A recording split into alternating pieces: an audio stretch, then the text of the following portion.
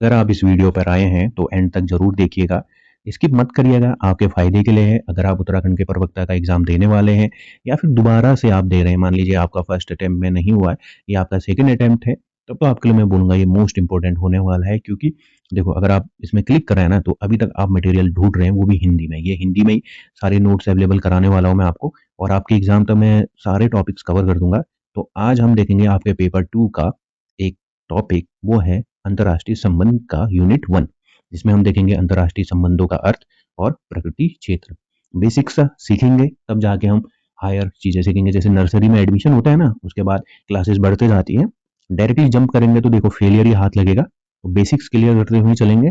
और ये मेरी पहली वीडियो है, तो आप भी सपोर्ट करिए, सब्सक्राइब करिए, लोगों के साथ शेयर करिए, कमेंट्स करिए, लाइक करिए, तभी मैं आपके लिए अच्छा मटेरियल ला पाऊंगा। क्योंकि मुझे भी मोटिवेशन मिलेगा ना, खाली मैं अपलोड करते रहूंगा तो क्या फायदा है इसका।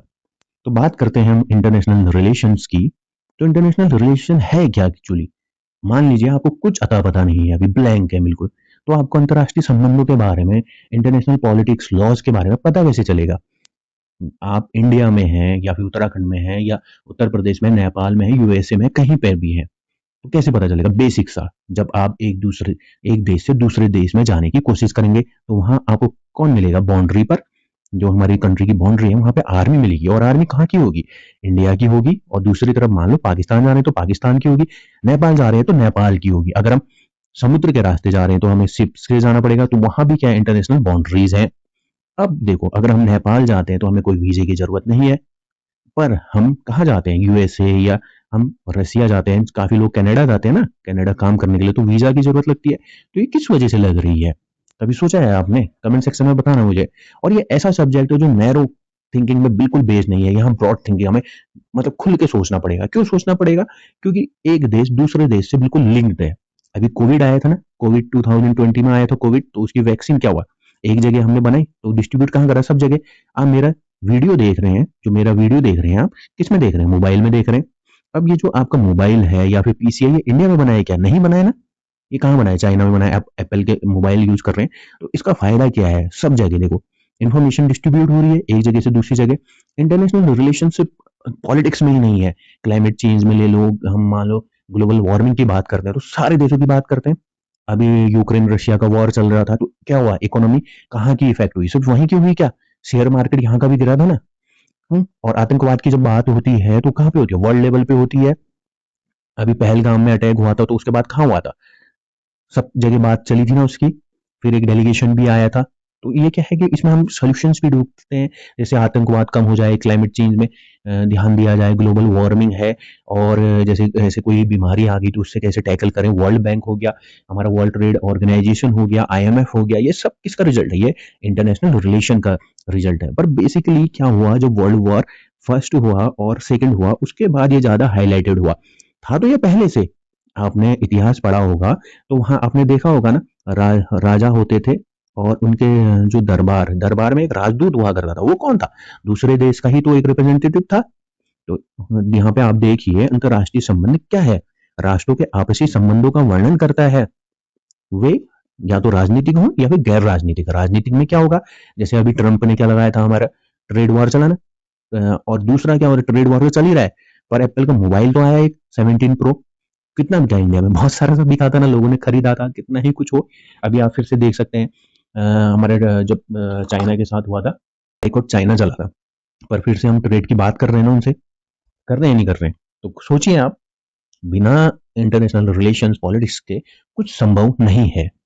हम सीमित नहीं रह सकते। मैंने बोला ना, अगर आप सीमित रहेंगे तो क्या होगा? सड़ जाएंगे, मतलब खत्म हो जाएगा। कोई चीज अगर एक जगह रखे रखे रहेंगे ना, तो बीमारी भी बढ़ते जाती है। आगे बढ़ते हैं। अंतर्राष्ट्रीय राजनीति और अंतर्राष्ट्रीय संबंध, ये दो चीजें हैं, ठीक है। जहां पे अंतर्राष्ट्रीय राजनीति की बात करें तो मॉर्गन थाउ और थॉमसन का मानना था, जो इंटरनेशनल रिलेशंस का मूल तत्व है और मर्म है, वो क्या है? इंटरनेशनल पॉलिटिक्स ही है। ठीक हो गया?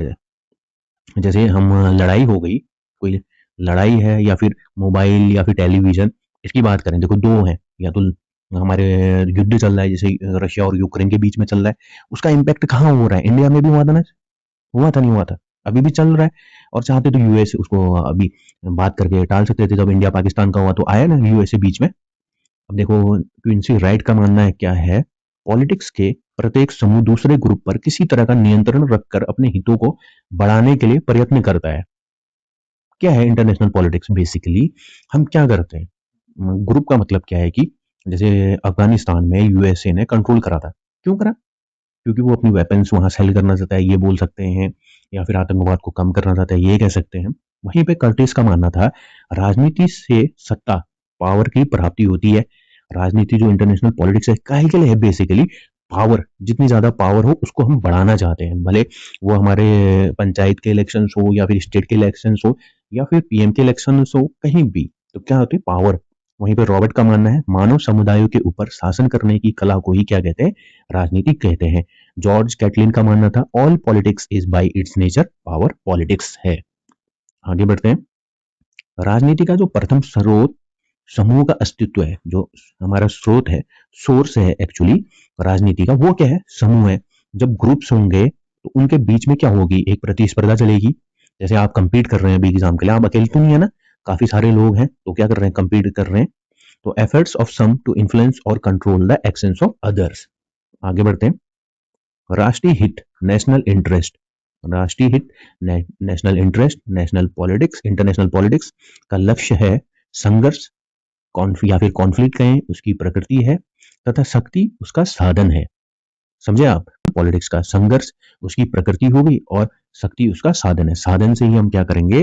अपने जो हित हैं उनको क्या कर सकते हैं? हम उनको अचीव कर सकते हैं। फ्रेडरिक एस ड्यून का मानना है कि वर्ल्ड पॉलिटिक्स, जो उन्होंने बुक लिखी थी वर्ल्ड पॉलिटिक्स में, बेसिकली इंटरनेशनल रिलेशन क्या है? एक तो आप क्या इंटरनेशनल पॉलिटिक्स आ गया, उसके अंदर इंटरनेशनल इकोनॉमिक्स है, जो हमारा अर्थशास्त्र है। अर्थशास्त्र कैसे? आईएमएफ फंड है ना, वर्ल्ड बैंक है। फिर दूसरा आ गया इंटरनेशनल विधि, लॉ, संगठन, भूगोल। ज्योग्राफिकली भी हम इन्वॉल्व हैं एक दूसरे से। एक्चुअली ये सब्जेक्ट है जो इंटरनेशनल रिलेशन, वो पूरा हर तरह से जितने भी सारे सब्जेक्ट्स हैं उनसे लिंक्ड है। और फिर क्या है? राजनीतिक इतिहास भी है। अब मैंने बोला था ना, इतिहास में राजदूत हुआ करते थे। आगे बढ़ते हैं। अब जो इंटरनेशनल पॉलिटिक्स है उसका महत्व है क्या? हम क्यों पढ़ रहे हैं उसको? अंतर्राष्ट्रीय राजनीति समस्याओं का समाधान खोजना है। जो वर्ल्ड वॉर हुए थे हमारे, उसके बाद क्या हो गया? समस्याओं का समाधान खोजना हो गया। वर्ल्ड पॉलिटिक्स के आधारभूत तत्वों से परिचित होना है। साम्राज्यवाद, उपनिवेशवाद, राष्ट्रवाद आता है इसमें। ये देखो, ये क्वेश्चन आता है, ठीक है, याला जो है ये क्वेश्चन है, ये पूछा जाता है कि उसके जो इंपॉर्टेंस है वो क्या है या नहीं है, तो उसमें आपको टिक करना होगा। थर्डली है विश्व शांति का आधार तैयार करना। हम क्या करेंगे? लड़ाई होगी, अगर लड़ाई के जो जो कारण है उनको कम करना है। और देखो, इसका थिंकर होगा ना, ये जैसे पूछते हैं थिंकर मार्टिन, विश्व शांति का आधार तैयार करना किसका था? मार्टिन का विचार है। मार्टिन का मानना है कि विश्व शांति का आधार तैयार करना इंटरनेशनल रिलेशन या पॉलिटिक्स का क्या बोलेंगे? ऑब्जेक्टिव है। फोर्थ है विश्व शांति के लिए विश्व सरकार की पृष्ठभूमि तैयार करना। ये किसका है? रसेल का आइडिया है। फिफ्थ है विदेश नीतियों का अध्ययन करना। फेलिक्स ग्रास, हितों की रक्षा करना। फेलिक्स ग्रास ने कहा है हितों की रक्षा करना। हम कहते हैं ना कि हमारी जो फॉरेन पॉलिसीज हैं कैसीज हैं, लुक ईस्ट पॉलिसीज हो गई, एक्ट ईस्ट पॉलिसीज में कन्वर्ट हो गई, तो ये सब उसी के लिए है। सिक्स्थ है शक्ति संघर्ष की राजनीति का अध्ययन करना। ये मॉर्गन थाउ का है। मॉर्गन थाउ कहते हैं कि शक्ति के लिए संघर्ष करना, जो भी पॉलिटिक्स है वो बेसिकली क्या है? पावर को अचीव करना ही है। जितनी ज्यादा पावर होगी, आप देख रहे हैं चाइना कैसे लगा हुआ है ना।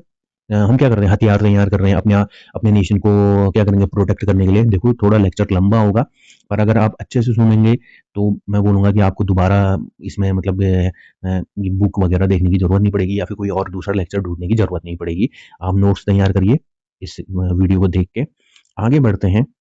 देखो, ये मैंने सिर्फ फैक्चुअल लिखे हैं और मैं आपको समझा रहा हूँ। ये क्वेश्चन आएंगे, देखो थ्योरी तो आप पढ़ लेंगे, पर वहां क्वेश्चन पूछ दिया वाइजमैन और रफेल का मतलब क्या है? उनका इंटरनेशनल रिलेशन को क्या बोलते थे? उनका कहना था कि ये क्या है? एलोकेशन ऑफ रिसोर्सेज है। रिसोर्सेज क्या है यहाँ पे? रिसोर्सेज जैसे हम बोल सकते हैं कि अच्छी हवा हो गई, या फिर जो टेक्नोलॉजी है वो प्रोवाइड करना, सबको सबको खाना प्रोवाइड करना, वर्ल्ड बैंक जैसे लोन देता है। वहीं पे कैटलिन और लेसवेल का कहना है कि राजनीति को शक्ति की तलाश माना गया है। फिर से देखो, पावर की बात होगी। और जुविनल का कहना है विवाद ही राजनीति की जड़ है। अब ये कैसे है? उन्होंने कहा कि विवाद ही राजनीति की जड़ है। इसको समझेंगे हम। देखो एक समुदाय होगा तो क्या होगा, उनके बीच में मतभेद होगा, भाइयों में लड़ाइयाँ होती है ना, भाइयों में एक परिवार में, फिर उससे क्या होगा कि एक दूसरे को नियंत्रित करना चाहेंगे वो, जो जिसके पास ज़्यादा पैसा होगा वो क्या करता है कि एक दूसरे के ऊपर नियंत्रण करना चाहता है, तो वहीं से क्या होता है, विवाद होता है या फिर सहमति हो जाती है। जैसे अभी ट्रेड वॉर चला था, लेटेस्ट लेते हैं, या फिर अभी यहाँ पे बांग्लादेश में जो स्थितियाँ चल रही हैं, या तो हम क्या करेंगे, उनसे विवाद हो जाए या फिर सहमति में आएंगे। पाकिस्तान के साथ है ना, नदियों का भी। आगे बढ़ते हैं। शेल्डन वॉलिन कहते हैं अपने लक्ष्य की पूर्ति के लिए परिस्थितियों के अनुसार दूसरों के साथ संबंध स्थापित करना क्या है, इंटरनेशनल पॉलिटिक्स है। ये देखो आप ये नोट्स लिख लेना, क्योंकि ये क्वेश्चन वो पूछेंगे। फिर जॉर्ज कैनन क्या कहते हैं इस बारे में, जिन व्यक्तियों का नीति निर्धारण में हाथ होता है उनके दृष्टिकोण की जानकारी के बिना विदेश नीति को नहीं समझा जा सकता। जैसे विदेश नीति बन रही है ना हमारी, अगर मान लो वो प्रेशर में बना रहे हैं, तो हमें उसके बारे में भी पता करना पड़ेगा, तभी जाके हम विदेश नीति को समझ सकेंगे। पार्मर और परकिंस का कहना है कि study of international politics is essentially concerned with the state of system.